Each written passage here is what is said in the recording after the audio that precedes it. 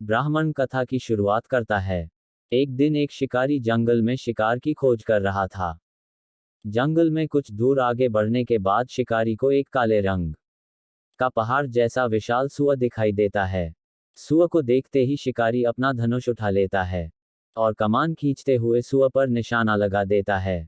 कमान से निकला हुआ तीर तीव्र गति से सुअर को घायल कर देता है। घायल होने पर सुअर चिंघाड़ता हुआ शिकारी पर पलटवार कर देता है। सुअर के तीखे दांतों से शिकारी का पेट फट जाता है। इस तरह शिकार और शिकारी दोनों का ही अंत हो जाता है। इसी बीच खाने की तलाश में भगता हुआ एक भूखा गीदड़ वहां से होकर गुजरता है जहां शिकारी और सुअर का शव पड़ा हुआ था।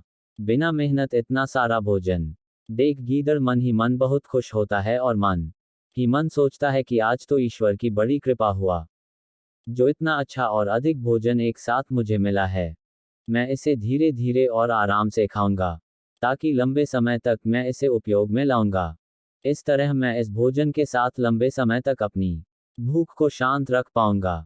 इन सभी बातों पर विचार करते हुए गीदड़ सबसे पहले छोटी छोटी चीजों को खाना शुरू करता है। तभी उसे शिकारी के मृत शरीर के पास धनुष पड़ा दिखता है। गीदड़ के मन में पहले उसे ही खाने का विचार आता है और वह धनुष पर चढ़ी डोर को चबाने लगता है।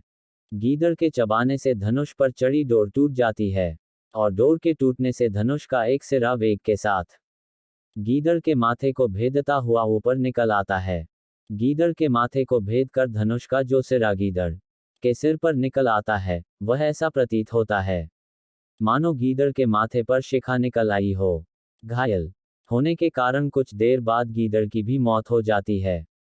इतना कहते हुए ब्राह्मण कहता है, ब्राह्मणी, इसीलिए मैं कहता हूं कि जरूरत से अधिक लोभ से माथे पर शिखा आ जाती है। ये कथा सुनने के बाद ब्राह्मणी कहती है, ठीक है, अगर ऐसी ही बात है तो घर में जो मुट्ठी भर तिल पड़े हैं उन्हीं को मैं अतिथियों को खिला देती हूँ। ब्राह्मणी की यह बात सुनकर ब्राह्मण संतुष्ट होता है और भिक्षा मांगने के लिए घर से बाहर निकल जाता है। वहीं ब्राह्मणी भी घर में पड़े तिल को धूप में सुखाने के लिए फैला देती है।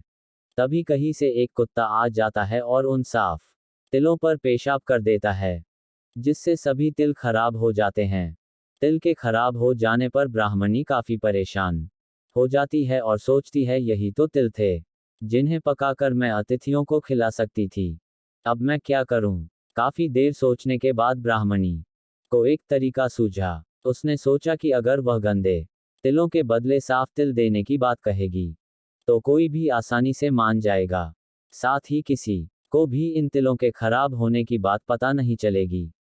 इस विचार के साथ वह उन तिलों को लेकर घर घर घूमने लगी। ब्राह्मणी की यह बात सुनकर एक महिला वह तिल लेने के लिए तैयार हो गई, लेकिन उस महिला का पुत्र अर्थशास्त्र पढ़ा हुआ था। उसने अपनी माँ से कहा कि इन तिलों में जरूर कोई न कोई खोट होगी, वरना कौन साफ सुथरे तिलों को गंदे तिलों के बदले देने के लिए तैयार होगा। पुत्र की यह बात सुनकर महिला ने ब्राह्मणी के तिलों को लेने से मना कर दिया। कहानी से सीख, हमारे पास जो भी होता है हमें उसी में सुखी रहना चाहिए। किसी के पास ज्यादा चीज देखकर दुखी नहीं होना चाहिए। आप सबका प्यार और सपोर्ट चाहिए।